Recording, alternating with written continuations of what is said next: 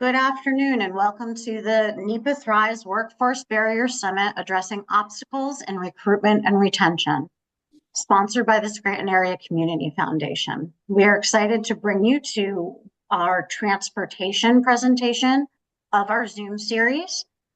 Very excited today to have a very full panel presentation. Today we have Bob Bloom from LCTA, Joe Rizal from LCTA, Gretchen Wintermantle from LCTA, and then Tim McGrath, Harry Savage, and Kathy, remind me of the last name? Bednarik. From Holtz Transportation. I'm also excited to welcome Allison Coleman from I2M. She is the Manager of Culture and Recruiting. And then finally, Heather McClenna from Workforce Development Case Coordinator with Outreach. And with that, I will stop the share of my screen.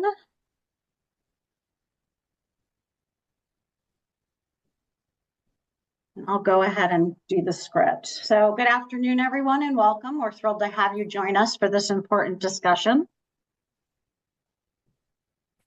Transportation is a critical factor in building and maintaining a strong workforce, yet only 12% of our region uses public transportation.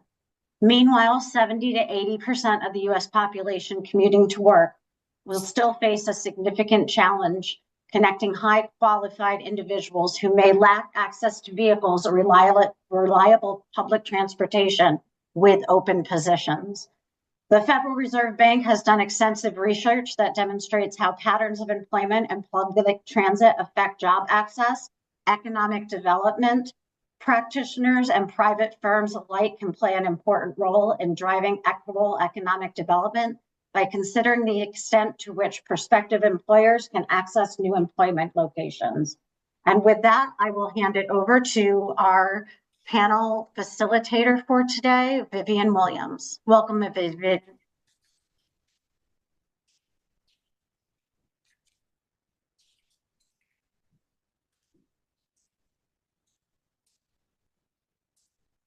Looks like you're still on mute. All right. So first, we're going to start with a couple of questions. The first for outreach and Heather. So Heather, what are some of the major barriers to transportation that individuals seeking employment communicate, and how does that impact where they look for job opportunities? So while barriers can hinder employment, the lack of transportation in our area is one of the most significant barriers of our community, specifically job seekers. Transportation barriers is a direct influence on self-sustaining wages, let alone a family-sustaining wage.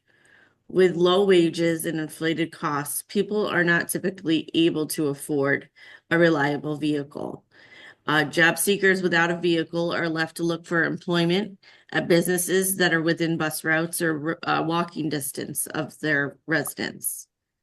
Many of the businesses that are located on bus routes in the Scranton-Wilkes-Barre area are in the food service and retail industry. Those without formal education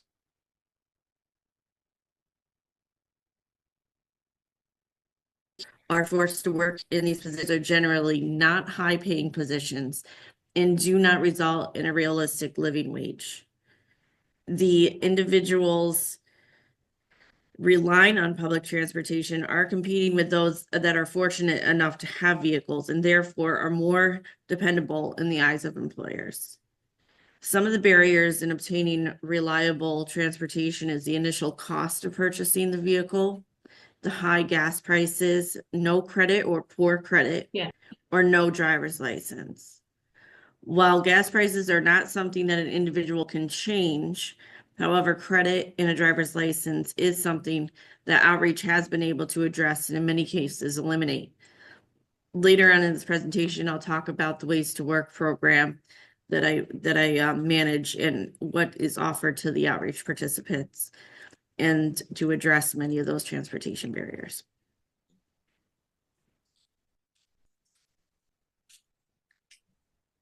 Excellent, thank you. All right, so this next question is for our transportation authority.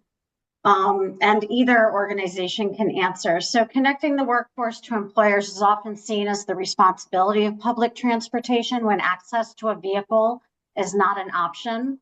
How does ridership impact a transit authority's ability to adjust routes and schedules to accommodate the vast needs of the region? Tim, do you want me to take it or do you want to do it? Go ahead, Bob. Why don't you jump off and then we'll jump in after. Yeah, jump in anytime. So, I've spoken about this before. We just completed a transit development plan, or what I'll refer to as a TDP, with our planners, Kimley Horn, provided to us by Pennsylvania Department of Transportation. It's not working. What we did was, there hasn't been major route changes here in years, over 10 years.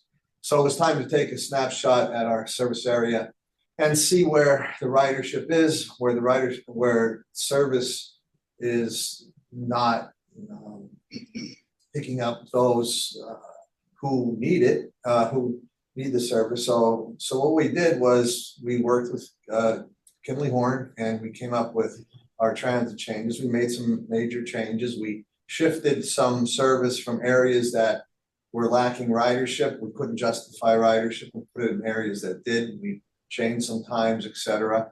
And we instituted micro transit in some areas, 3 zones. Two zones were regarding business parks, Hanover and then Center Point. So your question was, how does ridership impact where we can put service? And it does, because PennDOT, is our funding source, and they pretty much require a certain amount of people to be on the bus per run. And we are working with tight budgets. All the transit agencies in the state are now, because we're looking to get more funding from our legislature. Our governor has made a proposal to increase funding throughout the state, and we're hoping that happens. So there's only a limited amount we could do. We wanted to put a little bit more service on the street as a result of this plan that we worked on. However, PennDOT said you got to stay within budget, which obviously you want to do. So we have an enhanced plan down the road to put more service out there if funding comes. So yes, if you don't have the ridership in areas, you need to make changes so you could afford to put the service where it needs to be, where the demand is.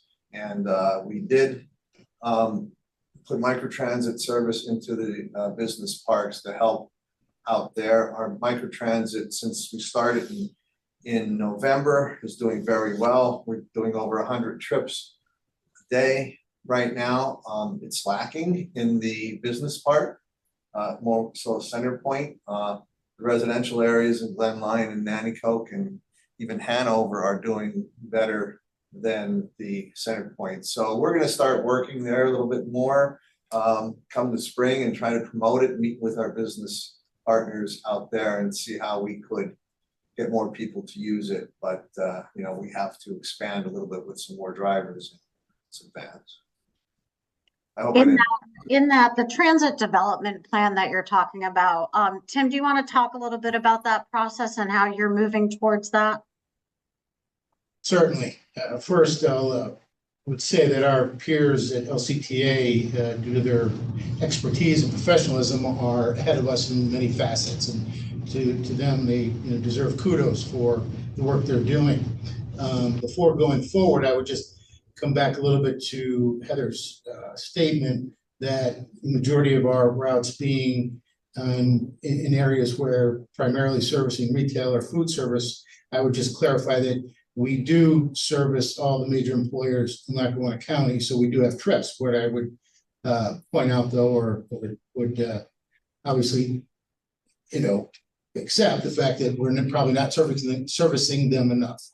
But going back to what Bob said, when you look at the fixed route side, people think we can just decide where we want to randomly place routes have buses run, make stops. It's really not that way. As Bob alluded to, there is a formula for which the FTA and PennDOT would like to see happen, in that pre-COVID, it was like you needed 14 people an hour on a certain run to make it substantive. Now, I think since COVID, and we've seen our numbers shrink a little bit, Bob, and you can correct me if I'm wrong, I think we're down to 11 now, where we're servicing 11. That seems to be kind of the sweet spot for them. So with that said, a major point of emphasis for us in the coming years, we are following the lead again of our trailblazers at LCTA, and we are seeking to do a TDP, and we expect that to happen within the next calendar year. Our, things that we looked at and we are doing internally in the interim is, of course, trying to ascertain, where are these pockets of people that we need to service or underserved, and or businesses. So as each of these things come online, new business opens up, we are going there, we're looking at how do we best serve them. We just recently did for example, Bazooka factory in Scranton just relocated their operations. So our team, led by Carrie, and I'll let her speak to that, actually went down, met with the employees at their existing location, and then gave them a training on how they would access our service to get them to the new location. So from home to that new location, and then from that location back to home. So in order for us, that's just in a microcosm. I don't know if you want to say anything about that specifically. No, I think it kind of goes to what both of you have mentioned. Like, somebody can come to you and say, well, this route, I need a route here and I need it now. And you'd love to do that, but you can't just jump into those things, because by doing that and offering it to one sector, you're taking away from another. So having that business buy-in, so having the data and ridership is the driving force, because yes, it'll give you what the demand is. Then it'll tell you whether or not that demand is going to generate the revenue that's going to help you afford the operational cost.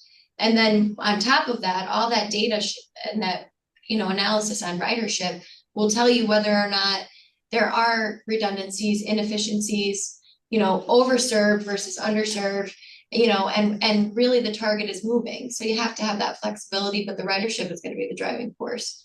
But yeah, having the buy-in from the businesses where they say to you, well, our shifts changed and now we need a route all of a sudden. Yeah, we'd love to throw the route there, but we need your buy-in to show us that there will be 11 people an hour and that we can justify using taxpayer dollars the way that we are. So, yeah, Carrie, a little, and anyone on the call. So there are limitations with microtransit. There are limitations with the fixed routes, but there are opportunities for employers to come to the table. And I know Kathy and I have talked about this a couple of times. What could they do to kind of help support the changes that they are saying they need made for their employees? I'll let some of my staff chime in too now, but just a couple off the top of my head, obviously, and PennDOT would be happy with this, and times are changing. We're trying to get partners because of funding. So businesses can, first of all, need to help spread the word to their employees that there's service available, number one. But and keeping in touch with us to let us know. I've already, not here, but in past agencies I was at, I recall, we would be servicing an industrial park, and based on the information they gave us, and then some of the entities changed their shift times. So we're still going by the old schedule, not knowing that shift times have changed. So it's cooperation that way, communication, but however, monetarily buying in, that would help us supplement the route and keep a route going. We don't have to cut it back.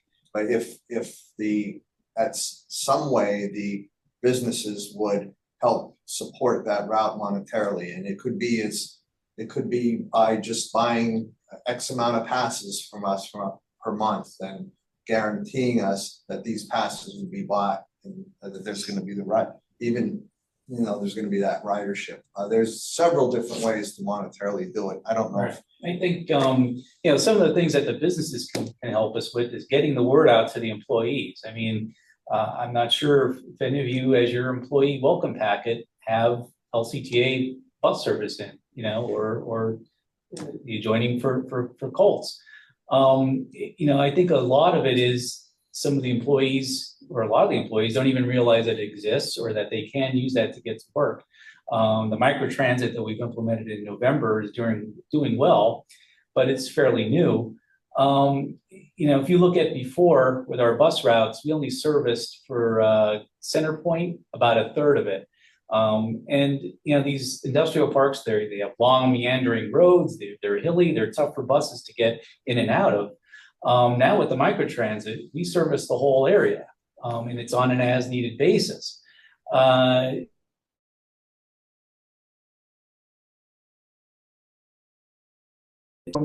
Try to serve as best way we can, but I think as part of from an recruiting standpoint, giving the options to your employees is right up front with the welcome packet is here's the bus schedules, here's the ones that service our areas, things of that nature. That would help get the word out. Yeah, and Joe's right. The challenges and the hurdles in the business parks are, businesses are spread so far apart. They may be long roads of driving by. You have to drive down. You have various different starting times for different businesses. So it's a juggle, and that's why a fixed route bus having a route through there was always more of a challenge. And when a business is opened, if they're renovated or if it's a brand new building, they have to be contacted first so you can know when they're building this new business that it's built transit friendly, so we can get a bus in there. But those challenges, it's a little easier for us now because we are, as Joe said, we're doing the microtransit in those business parks, which is a smaller van. It's not that hard to get in, and microtransit is on demand, like you call for your reservation. So the challenge of the different starting times isn't as bad as it used to be. But I think some sort of a monetary commitment to us to help us maintain this service is very important. Thank you. Well, besides public transit, we know that we are a mix of rural and urban, and we are working towards having a robust public transit area, but we also know that there are places that you can't get there with public transit. And so I'm really excited to bring our next speaker in from I2M. As an employer in the area of the region in which public transportation isn't currently available, what supports for employees have you guys come up with to address transportation within your company? And Allison, you're in Mountaintop, right? Yes, we are. We're in the Crestwood Industrial Park in Mountaintop. We have about a little over now 200 full-time team members. The challenge that we recognized was that reliable transportation is the number one reason why teammates miss work or if they left early during the daytime. Unplanned missed time and employee turnover is very costly, and it results in process and production disruption. So working closely with the Commission for Economic Opportunity, I2M developed I2T, which stands for Innovation to Transportation. And it's a 3-pillar program designed to meet teammates' needs for transportation. So in 2021, we rolled it out. It was funded initially by a grant, and now it is fully funded by I2M. We have a program based on 3 pillars. So the first pillar is a REACT reimbursement. It is a reimbursement for Uber, taxi or Lyft, or any other approved transportation for a teammate in good standing. So it is up to $250. If for some reason they wake up, they have some car trouble, their ride fell through, what have you, we do provide them money back as a reimbursement in cash. all they have to do is provide the receipt that it's from their address to obviously the address of our location. We also have our second pillar, which is a sustain repair loan. So something happens, they wake up that same day. What happened with their car was someone sideswiped it. The car is undrivable. It's going to be able to be fixed, but it's undrivable. Instead of losing their wages for a whole day, we have obviously wanting them to use the reimbursement, but we do provide an 0% interest loan. They can apply for it up to $1,200 as long as they are a team member in good standing, which is equivalent to 60 days as our introductory period, is which we consider a teammate in good standing. They can apply for up to $1,200, 0% loan. And then we also have our third pillar, which is we want everyone to have goals. We want everyone to work hard and have rewards. So if they have a dream of getting something new, we want to help them realize those goals as well. So we have up to $2,600, 0% interest loan for a vehicle purchase to use towards a down payment. So if they have any kind of desires to have a new vehicle, we want to help them realize that. Those are excellent. Thank you so much. And in that, how does this make a difference in your recruitment and retention? How have staff received this, and what changes have you seen?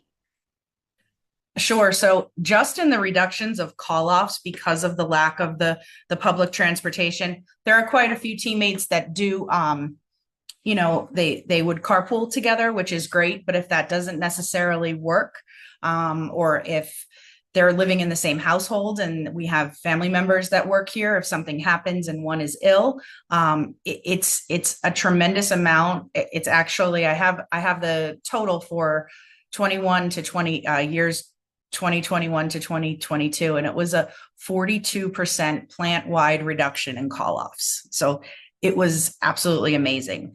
The amount of the reduction in call-offs. We've helped about 250 occasions that it's happened that we have logged. And about, I would say, a quarter of our teammates have used some form of the program. So 25% of the teammates that we have here have used some form of the pillars of the program.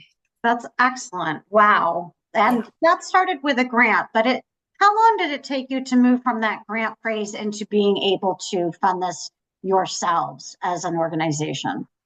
Well, when the grant stopped, we realized that the need for it and the feedback from the teammates saying that they know that they have that reassurance that something's going to happen, they're not going to lose a day's wage.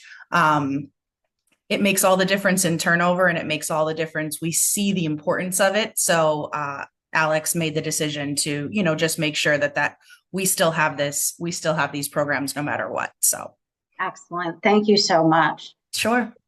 Now, it's not private industry that is working on getting people up and driving, and I'm really excited to hear more from you, Heather, about the outreach program. Can you describe what you've implemented and how it is interconnected to your organization's workforce development?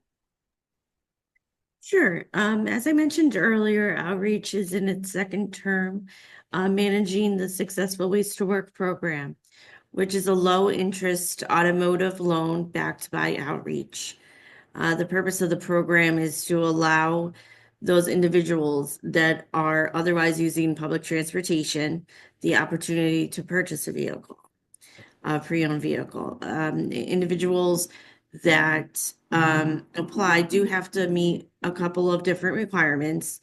They do have to be working with outreach in one of our programming, which may include parenting classes, our workforce development program, our Strive Diversion Core, independent living, LCP classes.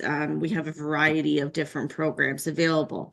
So we've kind of set the benchmark at 90 days for these programs to be eligible for the program, I should say. they need to have a valid driver's license, PA driver's license, with no fines or restitutions owed. It has to be no DUIs within the last 5 years. 6 months consistent employment of at least 32 hours a week with a singular employer on the books, which is sometimes a challenge, but we're getting there. US citizenship, a permanent residency, so we can make sure that they will be here in that 5 years. $500 down payment is what we ask for when they're purchasing the vehicle, to show that they are committed, that they have a stake in the game.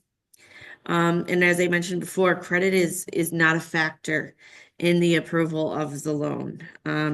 It's due to the relationship between outreach and the bank, which is People Security is who we use, along with the credit score of the participant being waived as a qualifying factor. The bank has also agreed to a 3.5% interest rate. To put that in perspective, excellent credit, the purchase of a new vehicle would be an average of about 6%, and ours is a 3.5. The Ways to Work program also prefers to direct our participants to local businesses, to local automotive dealers, so we can give back to the community. That puts money back into the community, it stays local, and we prefer that over larger competitors. Ultimately, is the choice of the participant of what he or she would like to purchase. But our cap is 15,000 for a vehicle, and they have 5 years to pay it back. And one of the successes of the program, we feel, has a lot to do with the case management.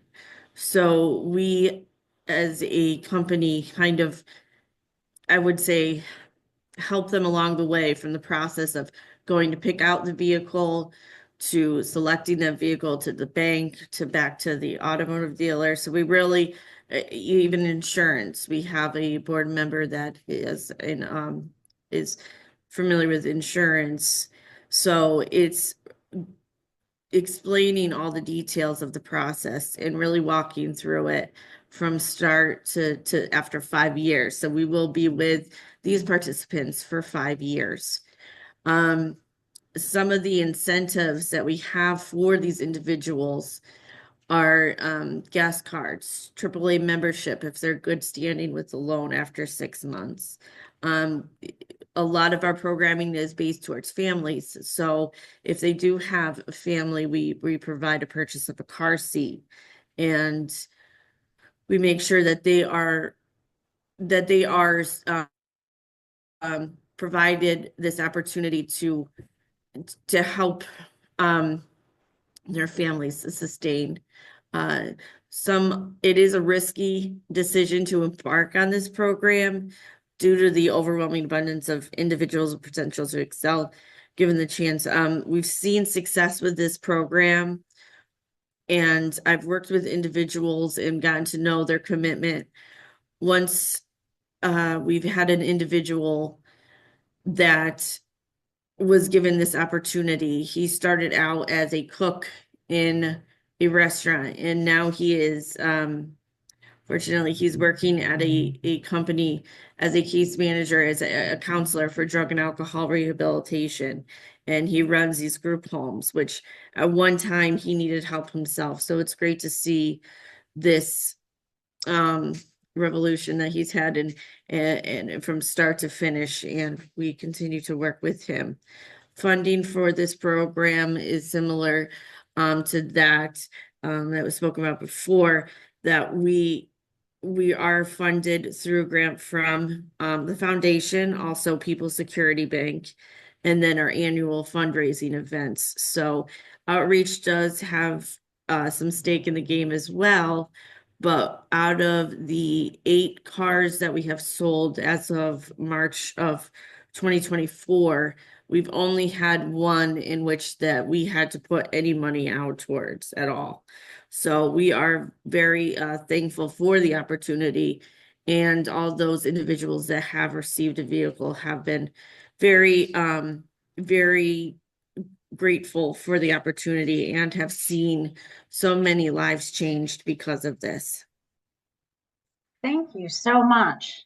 You're welcome. Well, so I want to bring it back to our public transportation because those were excellent examples of both private organization kind of taking the bull by the horns, and then a social service organization, and just two different approaches. But a lot of what I've heard is this empowering individuals. And I know that both LCTA and COLTS do a lot of outreach to empower people on how to use public transportation. And so with that, and we'll start with COLTS this time, I'd like to hand it over to Carrie to talk a little bit about the outreach and programming that they do, and then it can go over to LCTA. Yeah, so we really try to coordinate. I mean, mainly a lot of our travel trainings are with high schools and higher education, and then seniors as well, to have them get that, sense of comfort that, you're going to get on the right bus, you're going to get to the right location, and you're going to be able to use your bus pass the way that you want to without any issues or fears of, like I said, ending up in the wrong place. But it's definitely something that we're pushing a lot more with these bigger employers. We referenced Bazooka. That's what they recently changed their location. So any of those employees that now are getting called back to the new location, we made sure to have some printouts available to say, hey, you used to get to this location. Well, now if you get to that location, you're going to transfer to this to this route, and then you'll be able to get to the new facility.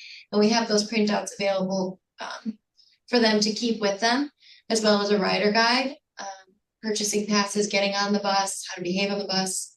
Although most people, that's comes, naturally. But then, we've also offered to have, if there are a specific group of employees, we'll have a team member come and meet them and ride along with them and answer questions with that one-on-one type situation. Also, our operators are some of the nicest, most compassionate people I know. They're always ready to jump in, answer questions, point people in the right direction, teach them how to use the MyStop app, because that's something that's important to use, because it gives you live updates and you can track your bus in real time to know that it's coming to you where you are, and that, again, taking out that fear of I missed it or I'm going to miss it, and making, the commute to and from work a little easier. Yeah, the only thing I would add at this juncture, first, I would, congratulate Heather and Kirsten. Those are some pretty innovative and cool offer there. And, it speaks to something about public transportation that I don't think gets a fair shake. When you talk to people about public transportation, we touched on it a little bit before, it's one of those perceptions where it might seem as the, option of last resort, when in fact, it empowers a great deal of our passengers. There is the senior population, I know we're talking workforce, but the senior population that, wants to be independent, wants to continue to, operate, their own accord and on their own time and their own schedule. But I think that's a very key component that you're offering your employees. I think it's fantastic. Gretchen or your team, Bob, do you have anything to add? Yeah, I mean, similarly to COLTS, just to piggyback off what Carrie said, the trainings that we offer are, senior trainings down out in high rises and senior centers. We go to high schools. We offer to any businesses in the business parks that we meet with, regarding any of our services, fixed route, shared ride, or micro transit. So, we offer it to, anyone who's, and any businesses or individuals who are, in need of it or who request it. And can you talk a little bit, I might even throw this at Joe, about the app and its ease of use and how you access it?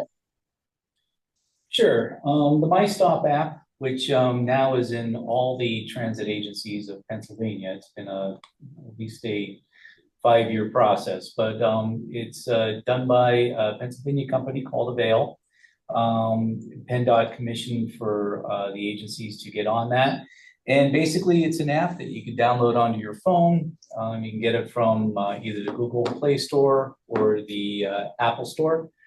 And it's really easy to use. I mean, once you download it, it'll ask you what transit agency is your local transit agency, even though you could pick the others as well. And it'll just basically show you all the routes that are on there. It'll show you the bus stops. It'll show you where the bus is on that route, what the projected time is for it to show up at the stop that you might be waiting at. And there's also a travel planner on there. So if you're not really sure how to get from A to B, you plunge it in and it'll tell you where to walk to, what bus to take, and where to leave you off. So it's really quite easy, even for an older population. We have plenty of seniors I know that have used it. But for people in the workforce, if you're in the workforce, you certainly can use the app for this. Excellent, thank you. Anything else to add? Yeah, and Gretchen, you and I had talked about this. I think we all have collectively. We think it might be that particular app a useful tool for the HR professionals. That if you have someone come, don't just rely on that person, but if they're sitting before you, where do you live? This is how you pull up the app. You could show them point by point how they would get to your particular business. So again, I think it will be a great app to hopefully help in the hiring process to some degree. Excellent. So in this, we know that cars are expensive and that funding for at least nonprofits is a question as we move forward. And that we're going to have to look at, the cost of materials in the near future and transportation. And so some of the programs that exist out there may not, and we don't know, but you're right in saying, Tim, that public transportation shouldn't be a last resort. It should be something that we're looking at from a sustainability and a green lens. It should be something that we're looking at for cost savings. A bus pass is certainly a lot cheaper than filling your tank throughout the month, insurance and all of that. So in that right now, we know that there is a fiscal cliff coming in the world of public transportation. And I'm curious for those participating today who may want to go back and figure out, how can we support public transportation? Who do we speak to? What do we talk about? Can you guys talk a little bit about what that cliff is? It seems like a very scary dun dun dun. But what that is and what can be done, what is being done, what is being talked about, both locally and at the state level to kind of address that. Thank you. Okay. So the governor has proposed for his budget a transfer of 1 3/4% more money towards public transit out of the sales tax. It's not an increase in tax, it's just diverting more money to public transit. So public transit agencies across the state have a fiscal cliff coming. Some have a little more time than others. There are a lot that have a year or two left till they're going to be in trouble. SEPTA and Port Authority are immediately. I know there are plans by both of those agencies, SEPTA in Philly and Port Authority in Pittsburgh, to make huge, I've seen these plans and it's scary, huge cuts. I believe like SEPTA is like 41 routes being cut, a rail line being cut, people being laid off. If there's not a fix soon, they're going to be in trouble first, then Port Authority, and then it'll trickle down to the others, because if the major players can't make it, we have a problem. So we have to work with our legislators and our state senators, our state representatives, to convince them to go along with the governor and get us this funding ASAP, which would be for the next budget. We are working as transit agencies across the state to start lobbying with our representatives.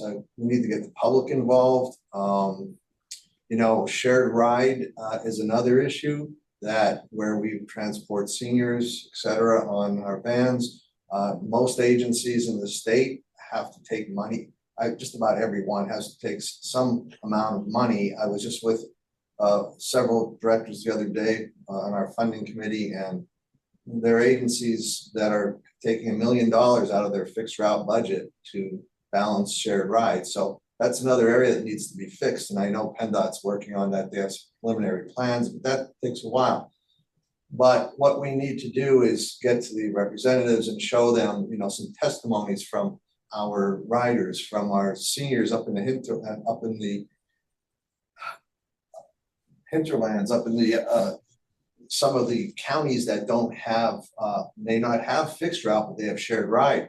And that's the lifeline for those people up there. And we have to show their representatives that, you know, without us, without shared ride, without public transit in areas, it's the only, people will not be able to get where they need to go.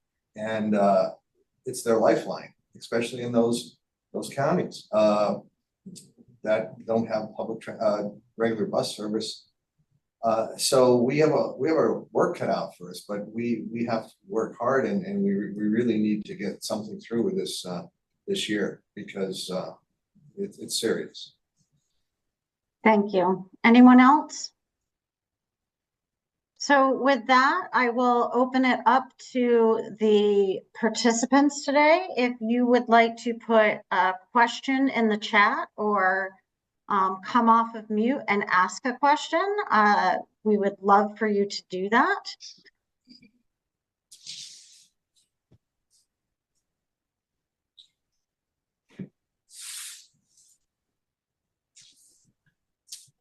We'll give it a minute.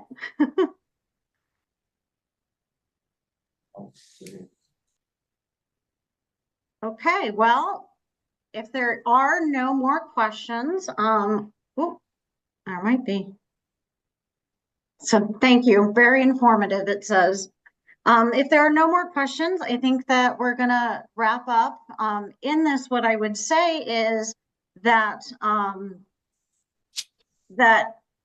transportation is a huge need for a growing workforce. And so in that, I think it's really important to look at it from all of the various angles, and really be aware that there are options out there, and that we don't just have to stand by and complain. We can actually reach out and have conversations and problem solve. And so in that, I hope that you are empowered to go out and get in contact with transit authorities or talk to your human resource people about possible benefits that you could create for employees, or even talk to funding organizations to help out. In that, we have some upcoming webinars on Thursday, April 3rd, from 12 to 1. It's what can community foundations do for employee recruitment and retention. On Wednesday, April 9th, from 1 to 2, we're going to have a K through 12 education panel that's going to break down what career readiness looks like in K through 12 and some of the programming that's going on there. On Monday, April 14th, from 1 to 2, the Welcoming Center will be presenting on an untapped and hidden recruitment opportunity, and that's our immigrant and refugee population. And then on Monday, April 21st, from 1:30 to 2:30, we're going to do how collaborative efforts can address economic mobility in NEPA. And with that, I am going to wrap up. I want to thank our sponsors from the Chambers and CareerLink. And I especially would like to thank I2M Outreach, LCTA, and Cults for their participation today. I thank everyone so much, and I hope you have an amazing week.